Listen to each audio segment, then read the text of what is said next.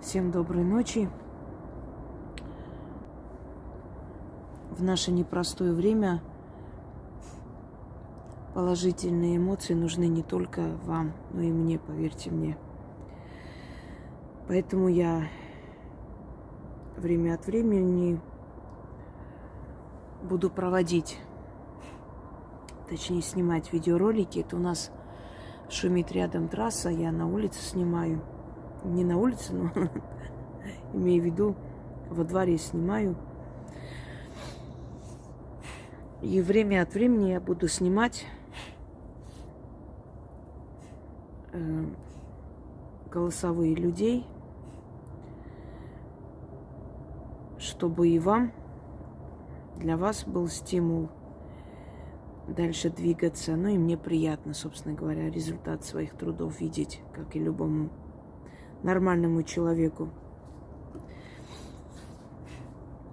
Еще раз вам напомню, что вы свои голосовые можете отправить Яне в будние дни до 10 часов вечера. Да, так скажем. Итак, давайте начнем. В выходные желательно не писать, потому что она сейчас занимается следующей книгой, которая выйдет для всех.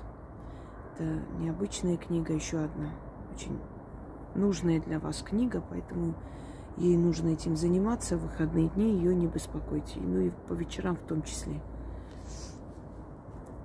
Отправьте, просто пишите, что это касается ритуалов.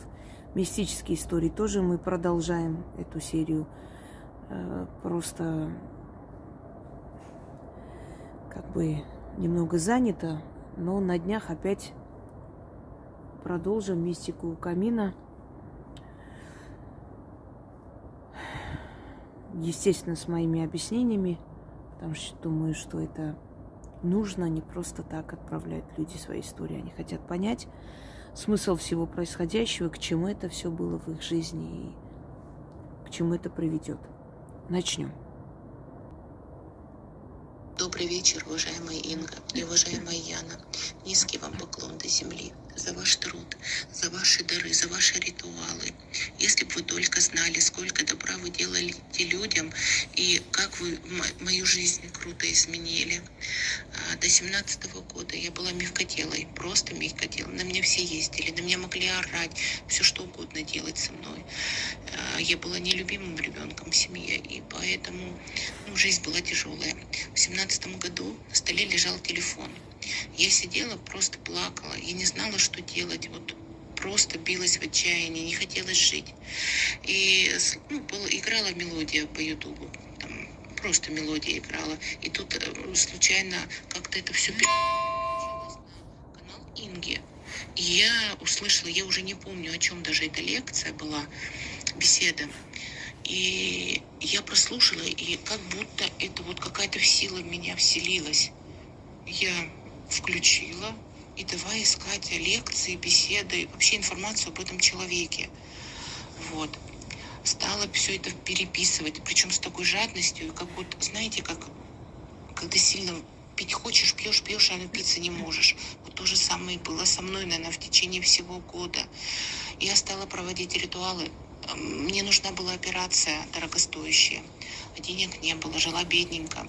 И благодаря этим ритуалам в мою жизнь ушел тот человек, который мне все это платил, а потом почему-то он исчез из моей жизни. Представляете, я даже не знаю, где он, как он. Он жил в достатке, и для него это копейки, можно так сказать, были. Но это были больше 100 тысяч рублей отдать. Он узнал, что мне нужна операция. Ну, на. И все, я тебя оплачиваю, иди лечись. И все, и исчез в моей жизни. Я просто на тот момент, я до такой степени была счастлива. И я, конечно, поделилась с дочерью об этом. Вот, она говорит: мама, кто такая Фортуна? И я это давай рассказывать, кто такая Фортуна, что вот про благовония, про дары стала Инге включать лекции. Ну, как-то это вот пошло у нас так. И дочь при поступлении просила меня: мам, ну мне рано еще ритуалы делать, дай мне какие-нибудь обращения к Фортуне, чтобы я могла ей помолиться. Она благовоние тоже ставила, дары приносила, сухофрукты там, ладно, я волнуюсь сейчас, говорю. Вот, и она ей каждый день читала. И вы представляете, она сдала экзамены и поступила на бюджет, куда прорваться абсолютно невозможно. И она стала рисовать, причем она никогда не рисовала, она поступила в архитектурный, она стала так рисовать, ее учителя все хвалят. Откуда, говорит, у тебя дар такой? И у нее вдохновение, она каждый день читает ритуалы, представляете? И она вот недавно мне позвонила, говорит: мам, у меня и так вот было день рождения, я не пошла с девчонками в кино, а я поняла, что именно в этот день я должна посвятить Фортуне. И она читала вот все, что у нее было, она тоже в блокноте когда переписывает, она читала. И вы представляете, писали сложную работу, сдавали годовую. И даже у самых-самых отличников, которые закончили там такие школы, они сдали на низкий балл, а она самый высокий. Представляете? Вот, это такое чудо. Инга, спасибо вам огромное. Просто вот времени не хватит передать все ритуалы, отзывы о всех ритуалах. Подписчики, дорогие, пожалуйста, не ленитесь, благодарите Фортуну, благодарите силы. И огромная благодарность вот всем, что Инга появилась в моей жизни, всем силам, всем высшим силам, великим силам, за то, что Инга и Яна появились вот в нашей жизни. У меня дочь поклялась, говорит: мама, я своим детям, я своим внукам буду об этом рассказывать, буду рассказывать о Фортуне, о том, что такое высшие силы, о том, кто такая Инга и как мы пришли вот к этой жизни благодаря ей. Первое.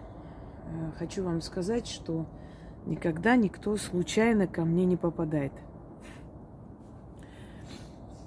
Каждого человека приводят силы.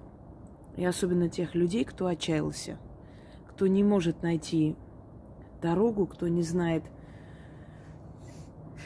каким образом выйти из ситуации, буквально спасти себя, их приводят силы. Кто-то рассказывает, где-то слышат, сидят в отчаянном состоянии, вдруг слышат какой-то там звук, голос, значит, ролик открывается. Приводят силы человека в отчаянные моменты его жизни. Второе.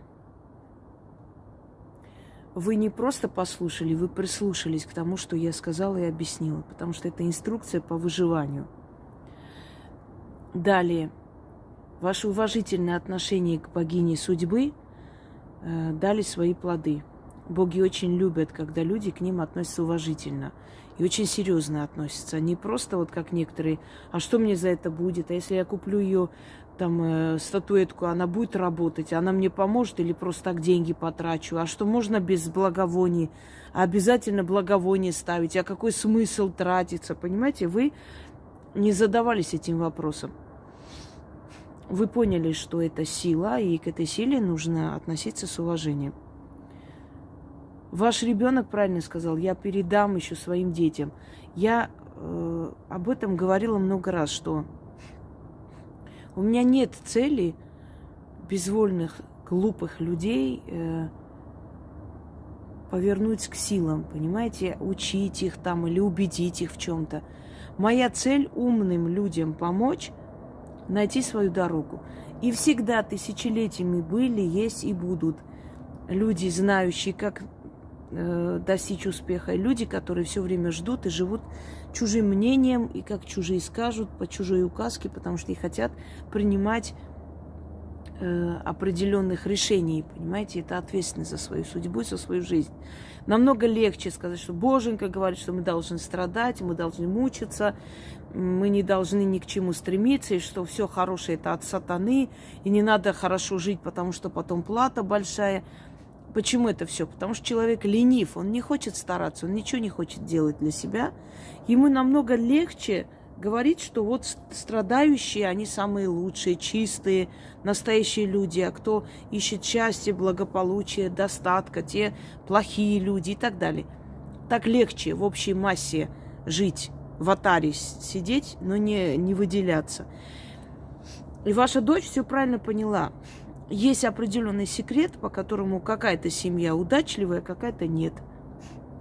И та семья, которая удачлива, она этим секретом не делится. У них тоже есть свои какие-то тайны, они тоже знают какие-то обращения, поверьте мне. И удачливые люди знают какие-то обращения, какой-то талисман им когда-то дали, и это привело их к вершинам, какой-то оберег дали, что-то объяснили, какую-то лекцию они услышали, это стало стимулом идти вперед. И жить хорошо – это большая ответственность. Жить в достатке – большая ответственность. Не как другие жить – большая ответственность. И не все готовы к этой ответственности. Все хотят жить богато и хорошо, но не все готовы работать очень много, не все готовы вникнуть, понять, что за силы дают это все, а как к ним нужно обращаться. Не все, понимаете, люди ленивы зачастую, и глупые, и невежественные. И силы вас просто привели, потому что увидели вашу душу. И дальше помогают и вам, и вашей дочери. И чем дальше, тем сильнее будет ваша связь. Все правильно она сказала. От удачливых людей идут удачливые династии. От неудачников идут неудачники, и постепенно вырождается род. Давайте послушаем дальше. Я хочу, во-первых, поблагодарить вас, Инга, за все ритуалы, книги, работы, что вы нам дарите. И рассказать хотела бы о ситуациях сложных, которые случились, где конкретно спасли ваши работы. Очень много таких случаев было, просто одни из одних ярких. Я искала работу в период, когда была эта новомодная инфекция. И так случилось, что работодатель отказал по причине их вспышки на рабочих местах инфекции. Это мы уже слушали, конечно. То есть но представьте себе, что я с трудовой книжкой на руках, в подвешенном состоянии, куда идти, куда бежать, да, сложная ситуация. И, соответственно, я провела работу тропой змеи. Этот ритуал очень мне помог. Откликнулись коллеги со старой работы, которые решили мой вопрос трудоустройства. Я прямо очень благодарна за это, потому что я была в таком шоковом состоянии. Совсем недавно произошла ситуация, которая очень помогла моей собаке, потому что именно по моей оплошности, потому что я не доглядела, скажем так, она проглотила такой народный предмет женской гигиены. Время, ночь, я в панике, смотрю ролики, что, как, первая помощь, перекись, вазелиновое масло, у меня ничего дома нет. Я планирую уже визит в следующий день к ветеринару, что нужно отслеживать состояние. Я провожу работу, ритуал Ацха, помощь животным, монгольский заговор, скоропомощники, призвать удачу, оберег Ефимия, кстати, очень сильный оберег. И спустя буквально небольшое время, то есть у собаки идут позывы на срыгивание, и все это выходит. То есть я вообще была в шоке, я была так рада. Благодарю всех богов. Самое главное, я благодарю вас, Инга, что вы помогаете всегда. Действительно, благодаря вам жизнь делится на до и после.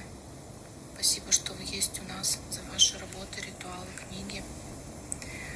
Очень рада быть с вами. Благодарю вас за все. Я уже отвечала в том ролике, но и сейчас отвечу. Да, имеют такую особенность работы и призыв к богу Ацха. Иногда люди, не зная, не помня, что надо говорить, просто его призывают, и он приходит на помощь. Боги всегда рады помочь, в отличие от новоиспеченных религий. Древние боги, они всегда рады прийти и помочь. Им нравится помогать человеку. Я это уже заметила. Они просто рады, они просто ждут, когда к ним обратятся, и они помогают. Но нужно обращаться, естественно, с уважением к ним. Давайте дальше послушаем. Здравствуйте, уважаемая Инга и Яна. Очень хотелось бы поделиться своими успехами от проведенных ритуалов. Полгода назад усердно изучая все каналы Инги. Изначально привлек исторический аспект. Не могу не признать, Инга, конечно, потрясающий историк и профессионал. Спасибо. Ну, по-моему, это мы слушали. Вот здесь один уже как бы прослушали, и второй у меня попался, что мы прослушали. Давайте послушаем еще. Да, и просьба к тем людям, которые отправили и не услышали свой голосовой. Отправьте еще раз. Просто переотправьте, потому что если я давно не заходила в форум, да, давно это даже недели 2, у меня может не включиться, не открыться, чтобы не было как бы, ну, такой неразберихи. Просто еще раз отправьте и все. Так, здесь, надеюсь, это уже новые голосовые. Здравствуйте, уважаемая Инга Яна. Расскажу про свой опыт ритуалов. Это всего год, чуть больше года, год и 2 месяца. Но все, что делала, все очень хорошо срабатывало. Делала ритуал для сына, помощь мужу, сыну, брату. Делала ритуал, это ритуал Вуду, делала для мужа и для брата. Ой, для брата, для сына, прошу прощения. Мужу, ну, в общем-то, все, что просила, получала. Определенные вопросы решились. А потом очень долго не решался у сына вопрос с его документами. Я даже как-то обращалась поначалу к Инге. Вы, Инга, сказали, что я это могу делать сама, за что вам огромное спасибо, потому что я изучила канал, стала делать ритуалы. И вот этот ритуал, цыганский ритуал на получение, на исполнение желаний. Вот на 4 стороны нужно встать и каждый раз начитывать. Этот ритуал я делала несколько месяцев. Но я хочу сказать, что я начала его делать в мае, а результат получила в октябре. Но результат либо совсем должен был быть отрицательным, либо должно было быть какое-то прояснение в декабре. То есть я, по большому счету, ждала ответа в декабре, причем я ждала, что скажут нам «нет». Но ответ этот мы получили в октябре, нам сказали «да», и это было очень удивительно, все удивлялись, потому что никто уже не рассчитывал на то, что это было все в прошлом году, что решится вопрос положительно. Вот этот цыганский ритуал на исполнение желаний. Далее делала ритуал от проверок. У меня была налоговая проверка, она, собственно говоря, каждый год, а в этом году попросили стандартные документы и сказали привезти еще огромное количество бумаг, либо отсканировать, либо привезти в офис к ним туда, в налоговой инспекции. Я, недолго думая, зашла на ваш сайт и прямо так и ввела проверка. И смотрю, от налоговых проверок есть такой ритуал. Я сделала как нужно, приехала к этому зданию. По ритуалу надо приехать к этому зданию и начитать ритуал, глядя вот на это здание. Я его набрала на телефоне. И вот стоя читала вот этот ритуал. Но я хочу сказать, что мне должны были позвонить, чтобы сказать, в каком виде эти бумаги, то ли мне их привезти, то ли мне все это сканировать. В результате мне никто не позвонил, и вот уже прошло больше года. То есть проверка прошла вот так. Эти 2 листочка посмотрели, 2 документа и все остальное, основную вот эту бумагу, которую, в общем-то, это было бы физически и вот морально, много времени вот это все занимало бы, но все это вот миновало. Дальше я делала... Я извиняюсь, я помню такая передача была «Букинист», что-то, по-моему, так называлось, когда обсуждали новинки на книжном рынке и какие книги стоит брать, какие так себе. И если там была какая-то книга такая низкосортная, как считал автор этой программы, он выкидывал эту книгу в мусорный ящик. И вот однажды я смотрю этот «Букинист», там какие-то книги обсуждают. Вот такая книга, там французский автор, вот перевод на русский язык и прочее. И он достает какую-то старинная книга или книга знахарей, что-то в этом роде. Вот переиздана там какая-то книга знахарей. И открывает от проверок, и в кавычках написано, может пройти и для налоговых проверок. И он такой со смехом: а сию книгу мы выкидываем, значит, в мусорный ящик. То есть какие еще от налоговых проверок какие-то заговоры могут быть. Я запомнила эту передачу, мне было очень неприятно, такое скотское отношение, знаете, к делу ведунов. Не понимаешь ни черта в этом, ну и нечего лезть своим умышкам. Но через некоторое время я узнала, что этот ведущий букинист очень сильно заболел. Программу начал вести другой человек, потом вообще программу закрыли. Наверное, через полгода где-то узнала, что он умер. И причем умер очень так быстро, заболел, умер, что не успели даже понять. Никогда нельзя унижать или высмеивать силу, которая тебе не подвластна и которую ты не понимаешь.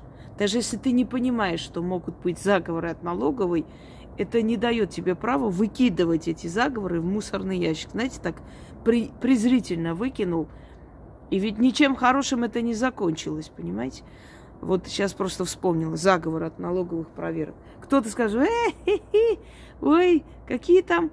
А вы знаете, сколько раз люди просто с разных стран летели? Сколько было таких случаев, когда паспорт был не совсем, скажем так, исправный, когда были очень большие проблемы с документами. Их просто могли бы арестовать, потому что у них там и срок вышел, паспорт. Просто вот как будто бы их не видели. Их не видели, не замечали. И один такой случай, когда в аэропорту летел человек домой, и просрочены у него там документы, виза или что-то в этом роде, я не особо понимаю в этих документах. И он говорит, я сижу, то есть стою, и этот парень что-то ищет в компьютере. И тут вдруг посмотрел, подождите секунду. И он подумал, что пошли за инспектором позвать. Ну, действительно, он позвал сотрудника оттуда. И вы знаете, вот я сейчас посмотрела документы, что-то мне тут не понравилось, какое-то число, просроченность, недействительный какой-то документ. И они, значит, сели за компьютер, только он начал опять проверять, и там просто улетает вся программа. Компьютер, значит, отключается, вся программа летит к черту. И этот инспектор сказал, слушай, ну, сейчас пока будешь смотреть, тут давай на другом компьютере быстро проверь и пропусти, все, нормально все. И вот так его пропустили. Давайте слушаем дальше. Это ритуал на защиту дочери, которая живет, на защиту детей, которые живут далеко. Я делала на дочь ритуал. Причем, ну, она, понятное дело, не знала, потому что вы тоже говорили, что не надо заранее объявлять, что вы будете делать ритуал. Так вот, мне позвонила дочь и сказала, мам, а ты на меня что-то делала? Я говорю, с чего ты взяла? Вот она мне рассказывает, говорит, я последнюю неделю сплю как убита. Работа у нее нервная, потому она за ночь по 2-3 раза просыпается, а тут вот все получилось так, что она даже это почувствовала. Я сплю как убитая, хотя она понятия не имела, что я что-то делаю, и сколько именно дней назад я это начала делать. Ну, в общем, все, что делала, все помогает, денежные ритуалы, все получалось. Очень хочется рассказать, быстренько расскажу про то, как однажды я попала буквально на деньги. Я думаю, что если Инга пояснит, я буду очень благодарна.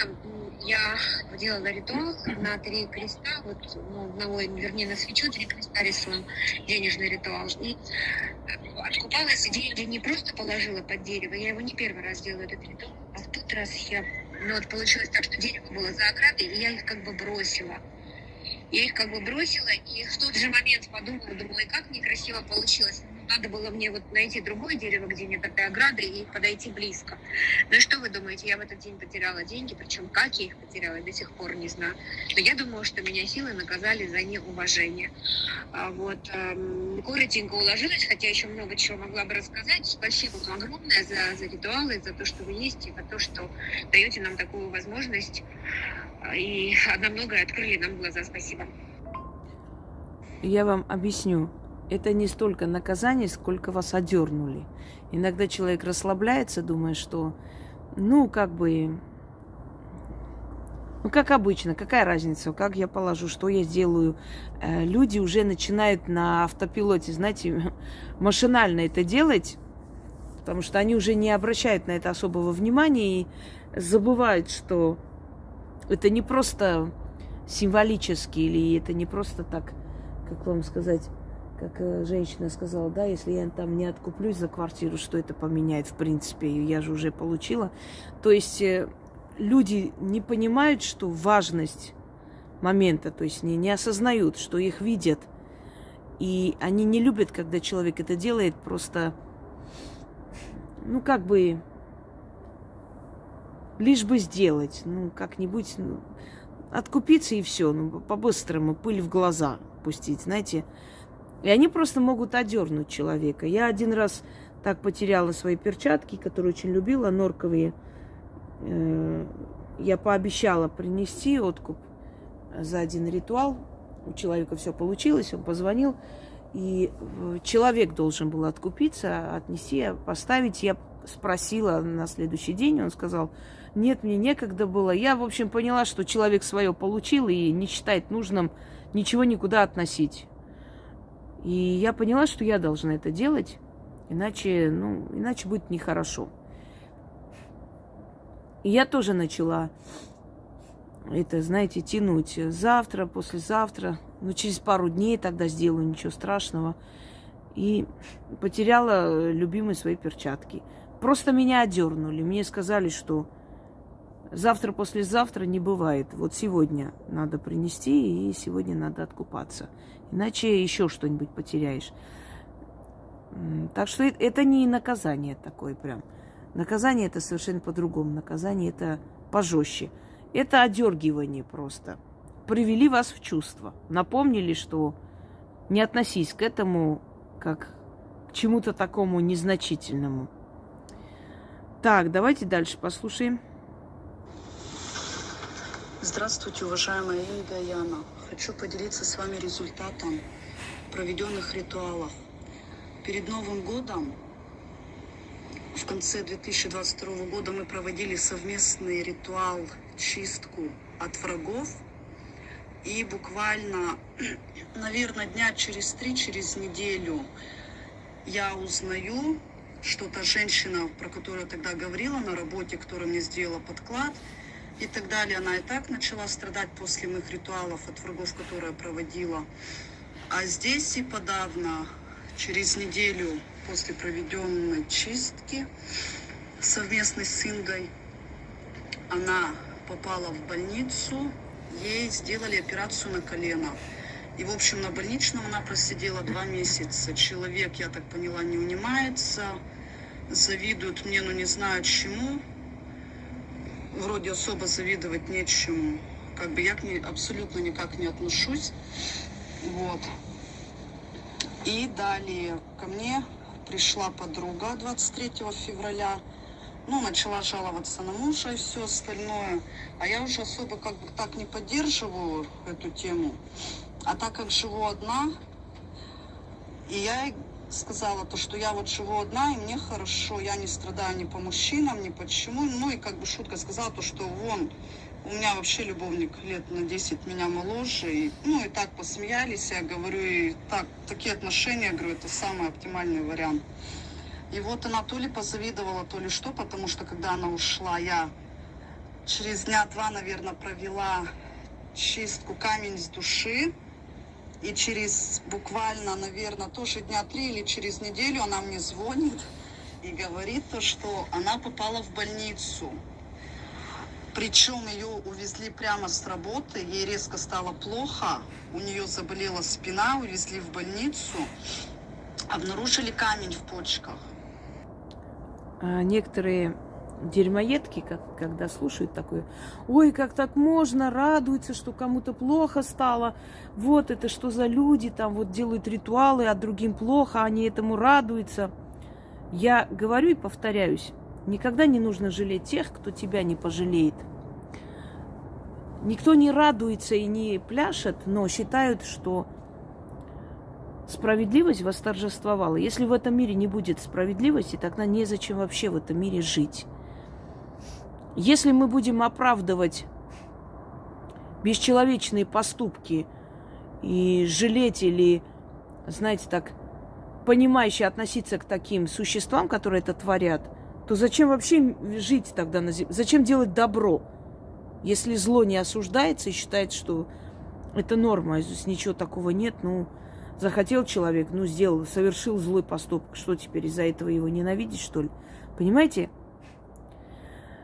То есть восторжествовала справедливость. Это разные вещи. Это во-первых. Во-вторых, никогда не рассказывайте таким подружкам о своих отношениях, о том, что вам хорошо. Потому что человек, который... Понимаете, рассказывать, делиться можно с человеком, который уже жизнью своей вообще многим, то есть в вашей жизни, доказал, что он ваш друг. А подружки, которые заходят в гости иногда и вот ни с того ни с сего, особенно одиноким женщинам говорить о любовниках, конечно, у них начинается зависть. И третий аспект. Мои ритуалы, они нацелены на то, что когда человек их проводит, начинается вокруг него чистка. А как еще исправить вашу судьбу? Убрать тех людей, которые к вам плохо относятся. Даже если вы не знали об этом, но этот человек к вам относился плохо, а вас сплетничал, он будет наказан. Многие просто говорят, вы знаете, мы даже не предполагали, что вот, например, этому человеку станет плохо. Вот на нее я в жизни бы не подумала. А потом проходит время, они узнают очень много интересных вещей. Что да, не просто так этому человеку стало плохо, что у этого человека были очень, очень плохие, очень грязные намерения и очень грязные высказывания в адрес вас. Как одна женщина, которая делала подарки своим работницам, помогала, давала им сверхурочно все время на праздники, там дополнительные деньги, чтобы они могли купить детям подарки и прочее. Как-то камеру поставила. И, ну, не со злыми намерениями, просто забыла их предупредить. Поставила камеру в магазине своем сельском. А потом, когда смотрела кадры, такие вещи услышала о себе, что попала в больницу с сердечным приступом. Потому что, ну, никак не ожидала от таких людей, которым она столько добра сделала, что они так грязно, так недостойно будут они выражаться. Много было таких случаев, когда мы делаем добро человеку, а потом мы такие страшные удары получаем, что просто поражаешься тому, за что человек так тебя ненавидит, когда вспоминаешь, сколько раз ты в жизни поддерживала, помогала, была рядом. И узнаешь, и на душе ужасно тяжело и мерзко становится. Так что это восстановление справедливости, а не причинение зла. И вообще те, которые орут и ноют, они узнают себя просто. Они сами гниль, и они очень чувствительно относятся, когда какая-то гниль наказывается. Они начинают вопить, что вот как вам не стыдно, человеку плохо, а вы... То есть они себя узнают. Каждый человек защищает себе подобного. Я уже к этому пришла, выводу. Вот если историческая личность, например, сильная женщина, которая добилась своей цели, которая смогла пойти вперед и своего сына посадила на престол, да, они всегда вопят со всех сторон, что вот она такая сякая, грешная, и вот там в аду будет гореть, и такая жестокая. И это все говорят женщины, которые дальше своей кухни ничего не знают. А для них это, понимаете, это как другая планета. Чтобы человек, будучи в рабстве, видя гибель родных, близких, родителей, любимых, после этого нашла в себе силы выжить, стать правителем, то есть наравне с мужем, это нужно иметь очень большую силу. Этих куриц кинули бы туда, в это пекло, они бы там за месяц-два сошли бы с ума или умерли бы с горя. Но молодая женщина нашла в себе силы подняться до вершин власти.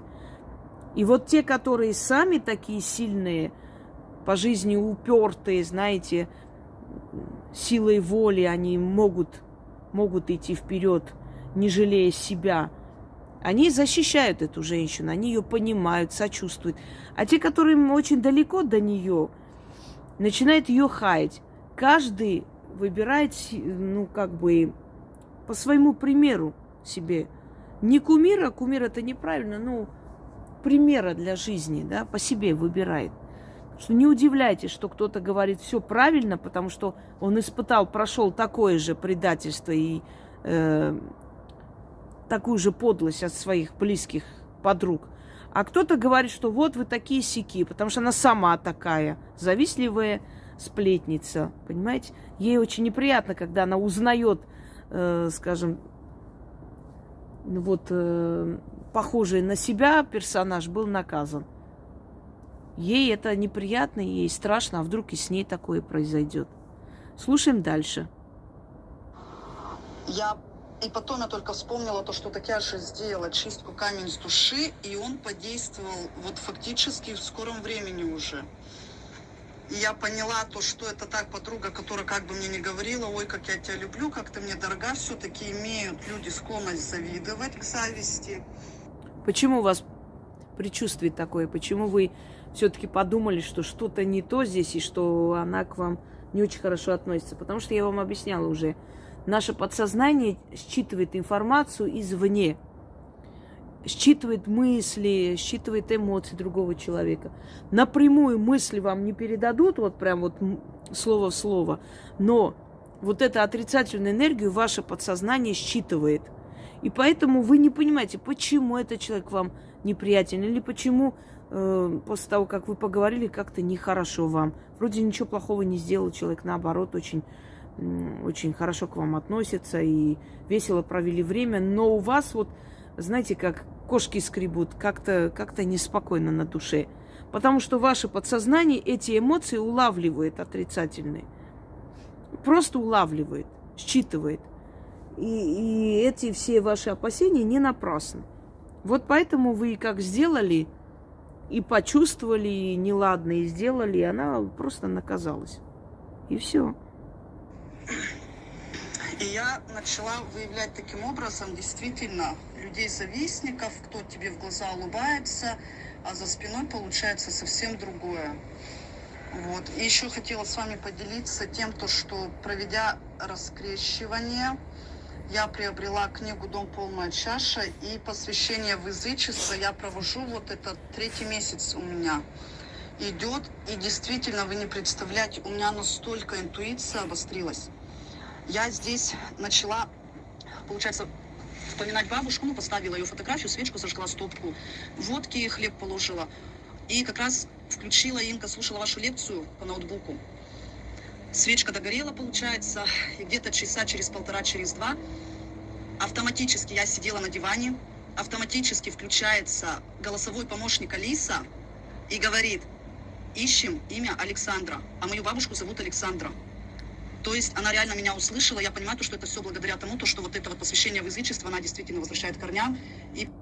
Я вам скажу, вот это Алиса и прочие, Маруся и так далее, они же как? Они слышат, улавливают звуки. Звуки, которые вы издаете, да, там, найди там торговый центр такой-то.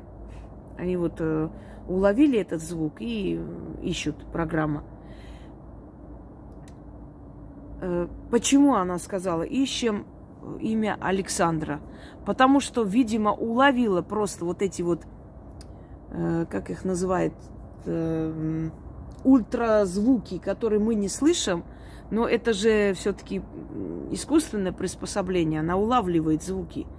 И кто-то рядом прошептал просто Александра. Понимаете? И поэтому она включилась и сказала, ищем имя Александра. Ну вот раз Александра, значит, что-то там надо узнать про Александру. Что это за Александра, что означает и прочее. Да, вам сказали. Обостряется, действительно, обостряется слух, обостряется понимание, чувственность. Вы даже не представляете, как вам сказать, внутренняя свобода начинается. Вам становится намного легче жить. И вот вы смотрите на людей, вы понимаете, что они как будто вот совершенно с другого мира, а вы с другого. И так и есть.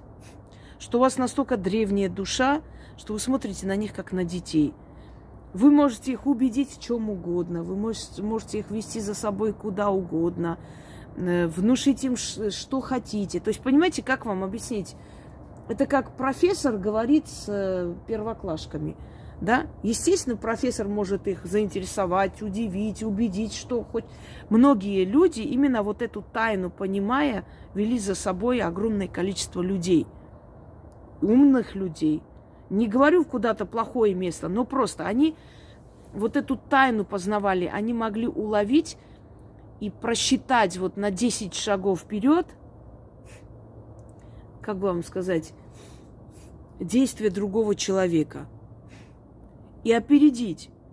Понять, вот как вам объяснить, возвращение к корням и обостренные чувства, обостренно понимать и чувствовать все, что вокруг происходит. Ну, я по себе могу, например, сказать, что я всегда чувствую, что хочет моя публика. Не потому, что я хочу им понравиться, я просто понимаю, что в данный момент необходимо. Что было бы лишнее, ненужное, а что надо говорить сейчас, что нужно снимать, по какому поводу нужно как бы вмешиваться, а где-то надо смолчать и просто дать время, чтобы человек сам понял. Вот это вот обостренное чувство, которое закрыли, понимаете, этот обзор. Обзор нам закрыли религии своими ритуалами, своими вот этими манипуляциями и прочим. Отсекли от этих всех источников, которые давали человеку информацию. Когда человек мог понять мироздание, мог по звездам понять погоду, мог просто услышать какие-то подсказки от мироздания. В конце концов, он был намного счастливее и морально более здоровее, чем в данный момент. Вот о чем речь. Давайте дальше. Помогает. И очень хорошо работают ритуалы денежные. Провела я вот 100 рублей под стол наклеила, намет. И действительно, то брат даст 2000, то человек приедет вот с Украины, приезжал в командировку, тоже как бы помог, то здесь. И холодильник реально полный всегда. Ко мне люди приходят, удивляются, говорят, у тебя постоянно полный холодильник, прямо забит до отказа. Вот действительно так все работает. Я благодарю постоянно богов, приобрела вторую фортуну, теперь у меня 2 фортуны, Ганеша, отдельный алтарь для них. Я очень благодарна богам и вам, уважаемая Инга. Я вас очень сильно люблю. Спасибо вам за все, что вы делаете для нас, для людей. Спасибо вам за вашу заботу. И отдельная благодарность Яночке, которая все время отвечает и не оставляет сообщения без ответа. Я тоже люблю людей, невзирая на то, что я злюсь на их глупость иногда, но у меня есть большая любовь к людям, иначе я бы им не помогала. Понимаете, без любви невозможно создать то, что поможет людям. Никак. Если просто желание понравиться, все равно эти работы не стали бы помогать им. Любя людей, желая им помочь и помочь в трудной ситуации, потому что эти все работы, которые я дарю, я же понимаю, что людям очень тяжело, и особенно в наш век. Понимаете, я могла бы их продать. И точно так же снимать заговоры, эти, скажем, отзывы людей, и люди бы побежали, купили. И у них бы получилось, никто бы меня не упрекал, не сказал, вот вы продали книгу, а там ни черта не помогает. Никто бы не сказал. Но пока человек соберется, пока купит эту книгу, пока, понимаете, время пройдет, погибнет человек, не выживет. И понимая это все, это любовь к людям. Это желание помочь людям. На моем канале объединяются все нации. Я только хорошему и доброму учила людей и буду учить дальше. Что мы все люди, культуры друг друга надо уважать, что каждый из нас имеет право на существование, на жизнь. Не просто так нас отправили сюда.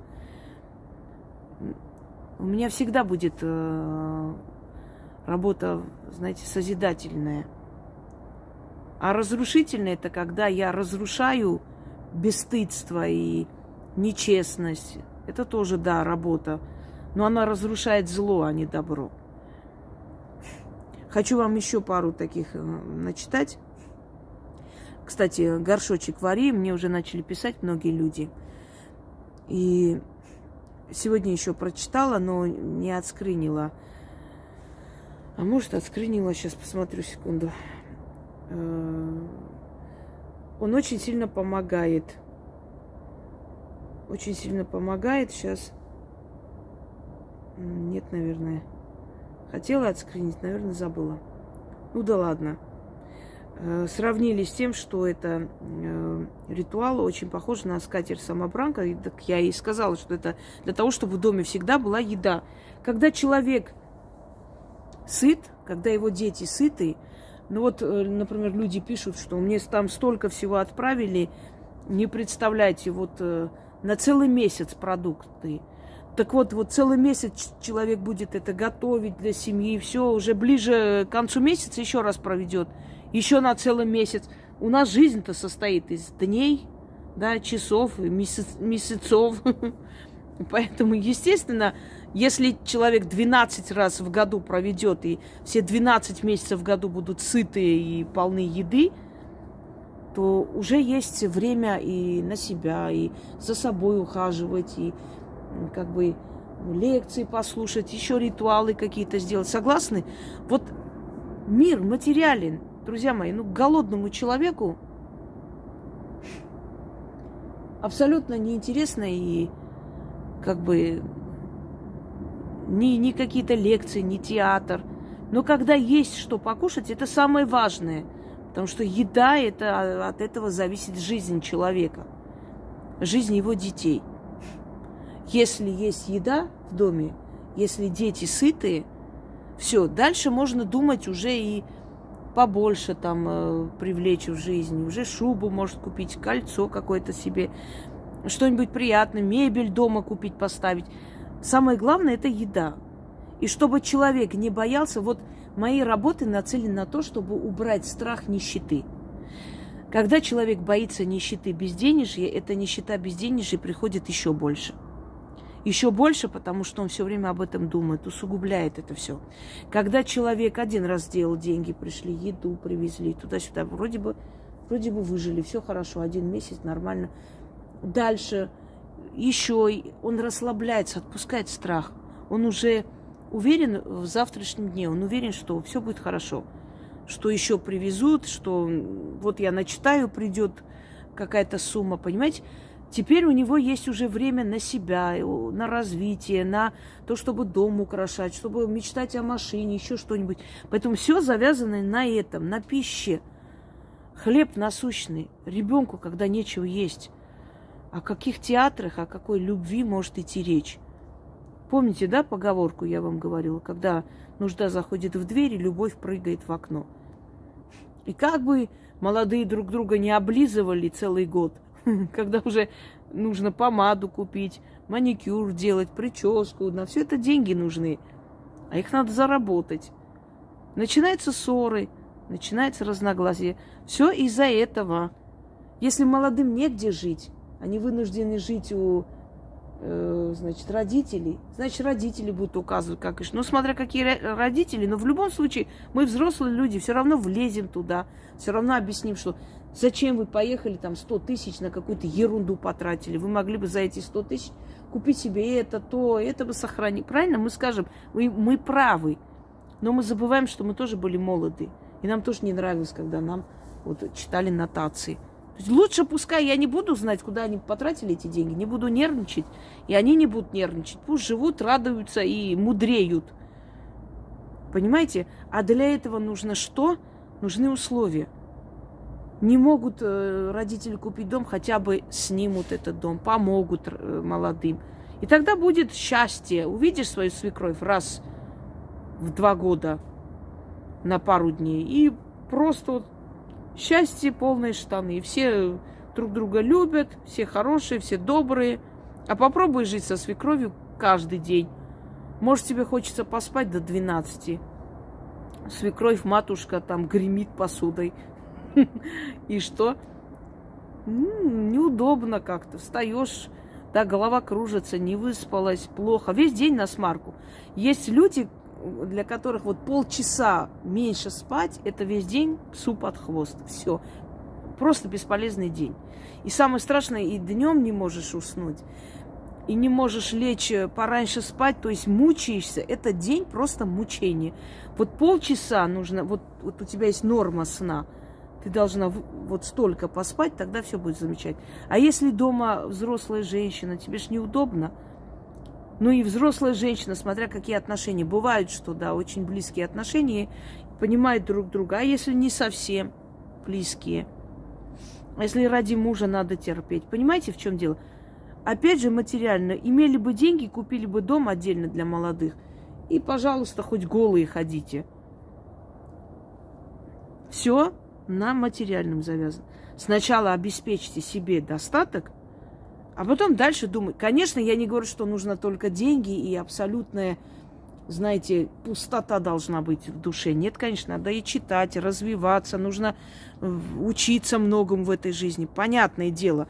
Но на голодный желудок никакой театр тебе не интересен. И когда реально бывает людям нечего есть, это очень страшное время, это очень страшный момент. Говорю вам, как человек, знающий это все, прошедший это все. Понимаете? Все это пройдено, выстрадано. Все это не просто с воздуха. Тут перед вами не это белоручка FIFA, знаете ли. Прошла такое, что... Да. Но зато теперь могу помочь другим людям, понимаете? Я могу понять голодного, понимаете? И не тот случай, сытый голодного не поймет. Не была и голодная, и на полу спала, и денег не было, и на пудру копила по полгода. Все это знаю. И не хочу, чтобы вы копили на пудру по полгода. Хочу, чтобы вы пудру эту дорогую купили за 2-3 дня. Я хочу, чтобы вы хорошо жили. Разве это не любовь к людям? Это любовь к людям. Мне было бы без разницы, я бы не учила, не объясняла, что, дорогие мои, так нельзя жить, так нельзя себя вести, так нельзя. Надо уметь быть благодарными, надо быть благородными, надо... Тебе дали столько, там, помогли тебе, знаешь, не пойти в тюрьму. Тебя спасли силой. Ну, возьми ты кошку, собаку, вылечи, раздай в хорошие руки, если ты дома не можешь содержать. Ну, помоги на операцию. Знаешь, вот есть человек не может собрать, вот умирает. Есть у тебя эта возможность. Ну, ты тоже сделай добро. Тебе же дали шанс на новую жизнь. Так и ты сделай. Нельзя так. Нельзя вот... Мне помогли, вот могли дать 7 лет моему сыну, не дали ничего, оправдали, все там, какие свидетели, все сказали правду, все повернулось в его пользу, спасибо большое. Я кошке там купила вискас на улице. Не стыдно, нет? Выйти с клеймом преступника, всю жизнь с этим жить, 7 лет там сидеть, выйти непонятно в каком состоянии здоровья и психики. Это все тебя, знаете ли, спасли, сберегли твое дитя. И ты выходишь, говоришь, я там 50 рублей потратила, кошке купила корм, разве этого не хватит? Стыдоба. Вот о чем речь. Не любила бы людей, я бы абсолютно не переживала за их моральный облик. А я очень хочу, чтобы люди были все-таки нормальные. Люди разные, разных национальностей, разных культур, по-разному воспитаны. Но можно быть человеком, знаешь, гражданином. Так, как там, не помню сейчас, поэтому может и не быть, а гражданином быть обязан. Но еще, по-моему, Тургенев сказал, сейчас не помню, или Достоевский. Извиняюсь, если не так скажу, но, то есть не тому человеку припишу эти слова. Но он сказал, судьба не каждому дала возможность быть великим, но каждому дала возможность не быть ничтожеством, понимаете? Вот ничтожеством быть не надо. Итак, читаю. Горшочек вари. Ольга Андрианова, да, написала. Добрый день, Инга и все слушатели канала. Замечательный подарок этот ритуал. Как только его услышала, купила сразу же глиняный хорошенький горшочек. Провела вчера ритуал, читала сразу вместе с голосом Инги. Закрыла, поставила рядом с углом домового. И что вы думаете? Сегодня мне на работу звонит мама и говорит, что наша знакомая передала еду нам. Целый пакет. Холодец, там куличи, яйца и так далее. Она повар, наготовила, ждала гостей, но ей нужно уехать и отдает нам. Раньше никогда ничего никто не отдавал. Вот так сработал ритуал на следующий день. Я еще там сегодня много посмотрела. Говорю, вот именно под этим горшочек вари можете зайти посмотреть. Много людей написали, что вот сразу же переписали и сделали. Это несложно. У некоторых эти горшочки дома и так есть. И что реально очень много и откуда начали отправлять, собственно говоря, еду, там, угощение, рыбу, еще что-нибудь полно. Естественно, мне пишут и люди, с которыми я работаю. Очень многие люди пишут. Но просто, когда я работаю с человеком, пока я не спрошу, как бы, можно ли, я не буду это разглашать. Но, конечно, там замечательные, очень хорошие результаты. Я довольна, да. Но если вы увидите иногда меня, просто испугаетесь, прям Перед вами как алкашка с черными этими мешками под глазами, да. Очень много энергии уходит, очень много сил. Я последние дни, например, ужасно выжатые и очень уставшие. Сегодня я просто снимаю, чтобы набраться вот этих положительных эмоций, понимаете? Вот еще пишет: добрый день. Хочу выразить свои слова благодарности за ваши труды. Особенно Инге за купол ведьм. Это я не отправлю. Один раз уже купол ведьмы спас моего мужа. Были в наступлении, погибло 300 человек. Страшно, конечно, но что делать? Без жертв не бывает, к сожалению, большому. Ужасно. Это жизнь каждого человека, это любовь, это сын, это муж, отец. Я понимаю все. Но что делать, друзья мои? Свобода и право жить, они очень дорого стоят. Машину моего мужа обстреливали с 2 сторон, он чудом остался жив. Парни ему сказали, что он в рубашке родился. Осколок в шапке нашел, целый и невредимый. А я поняла, что это силы его спрятали. Сейчас вновь идут на задачу. Я верю, что поможет. И сама, конечно, продолжаю читать Сохран. Очень вам благодарна. Хочется вас обнять, расцеловать. Впереди, конечно, еще много всего. Но я благодарна вам, что эти сложности пройдут легче. Спасибо вам огромное.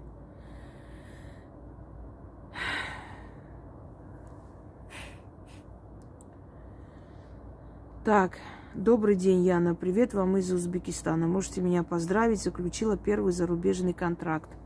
Радости нет предела. Ой, улетел этот СМС. Инга, спасибо вам огромное. Все сложилось, как будто тут меня ждали. Удача шла в ногу со мной с самого выхода из аэропорта. И чудо в том, что огромная текстильная фабрика только открылась, официально еще не работает, налаживает станки, набирает штат, но нас взяли в работу. У них так же, как и у меня, первый контракт. Спасибо вам, Инга, за совместный ритуал. Все началось после него. Благодарю богов за встречу с вами. Храни вас боги. Ваша должница.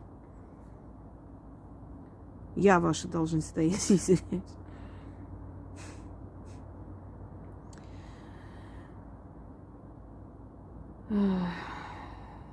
Ну, очень много написано, собственно говоря. Сейчас не смогу все это прочитать. Много сотен их. Последние дни особенно. Друзья мои, вот вам силы дали за какие-то заслуги вашего рода, за ваши заслуги до рождения в этом мире, в этой жизни, в той жизни, которая вне нашего мира находится, где мы были все сущностями, душами и будем потом. За что-то вас привели сюда и дали этот ключ, эту возможность жить хорошо. Многие люди приходят, знаете, многие делают эти ритуалы, получают результат, но они трусливые. Они до конца не могут, не задерживаются до конца. То есть боятся этого. Боятся удачи, боятся этой внезапной удачи. Им кажется, что а вдруг тут что-то не так, а вдруг, мнительные, потом их убеждают всякие там шматюли-матюли, там, ой, эта плата очень большая, не надо ничего делать и так далее. Вам дали этот ключ в руки. Вот на все случаи жизни. Вам помогли и помогут, естественно, и вам, и вашим детям. Эти работы, они на века, навечно. Сколько будут люди делать, столько и будут им помогать. Неважно, наше поколение через 100 лет. Ведь и 100 лет пройдет, нас не будет уже на земле. Но в любом случае, мы там с вами встретимся. Я там обещаю тоже обязательно канал открою и всех соберу назад. Никуда не денетесь. Как некоторые. Марок наводит, Марок, люди, Марок, на всех Марок читает. Да. Этим Мароком я помогаю, наверное, людям найти работу и все прочее. Ой, сколько же черных существ на земле. Так вот, вам дали эту возможность. Без фанатизма, спокойно. Нужна помощь, просите у сил. Нужны деньги, делайте за год. Чем чаще вы будете делать и больше, тем больше и больше. Что такое? Вот такие звуки из ниоткуда издаются. Фиг поймешь, реально. Чего, кого. Ой, ночью иногда я слышу как, знаете, вот шаманский бубен, такой бум. Кто-то скажет, может, и вот эти ваши бубны дома. Так мы это слышали еще только когда переехали. У нас тут меня, ничего я не перевезла, ничего у меня не было. Тут особо мои такие самые атрибуты. И все равно каждую ночь вот это бум. Так вот, мир полон духов, мир полон различных созданий, сущностей. Они все причудливые, есть страшные, есть очень добрые, есть такие несущие добро, есть несущие зло и черноту. Их много. Но они вам все будут помогать, если боги будут покровительствовать вам. Понимаете, если человек под защитой богов, против него никто не пойдет. А если пойдут, очень сильно пожалеют. Вот чтобы эту защиту получить и всегда быть под этой защитой, просто будьте честны, будьте человечнее, изучайте больше, временами проводите, благодарите силы, просите и получайте. Все, больше ничего не надо. Вам не надо великие жертвы, великие деньги тратить, что-то еще. По вашему желанию. Захотели алтарь фортуны? Делайте. Вы привлечете ее внимание к себе больше и больше. Вам же ничего не надо там какие-то великие затраты делать. Просто уважайте силы и будьте благодарны. И все. Вы отдаете пару копеек откупа, знаете, несколько монет, а получаете квартиры, получаете машины, получаете любовь, семью. Это разве сопоставимо? Но почему вам силы это дают? Потому что вы им доверились, вы пришли под их покровительство. Вы им благодарны. Вы к ним относитесь хорошо, и они к вам относятся хорошо. Вот и весь секрет, собственно говоря. Желаю всем удачи. Надеюсь, что этот ролик тоже вам даст много нужного и полезного. Трудно, но во все времена было трудно. Мы должны быть сильны. Мы обязаны быть сильны. Люди, которые сильные и борются за себя, за свою страну, за свое будущее, за свою душу, они всегда побеждают. Запомните. Всегда любой человек, вот невзирая на то, насколько силен противник напротив него, хочет сделать человека сильным, кинь его во все тяжкие, и он выживет, и он будет сильный. Какой бы ни был напротив противник, какие бы ни были трудности в жизни вашей, вы запомните, что перед силой богов никто не устоит. Никакие проблемы для них решить не трудно. Понимаете, Вселенной все равно, что в вашу жизнь привести. Мотоцикл или, не знаю, что там, Хаммер. Абсолютно нетрудно. Все, что в мире существует, принадлежит силам судьбы, богам мироздания. И, видя ваше усердие, они просто вам дают то, что вы, насколько вы заслуживаете. Работайте над собой, создавайте, трудитесь. Не слушайте всяких тунеядцев, зовущих на какие-то митинги. Митингами никогда ничего не решалось и не решится, только усугубляется. Работайте, помогайте своей стране, своему народу, своей родине, только своим созидательным трудом. Киса, твою дивизию, как ты меня напугала. Сволота идет оттуда. Я же с этой стороны не вижу, Гис. О, аж думаю, ты что такие? Гисуня. Она становится похожа на этих манулов. Такая же. Но она очень добрая киска, но такая своенравная, капризная. Всем удачи. Живите хорошо, вы этого достойны. Всегда встаете утром и говорите: я достойна жить хорошо. Все, что в моей жизни было трудно, уже прошло, больше не будет. Теперь с этого дня начинается только хорошая полоса. Имейте смелость хотеть жить лучше. Всем удачи!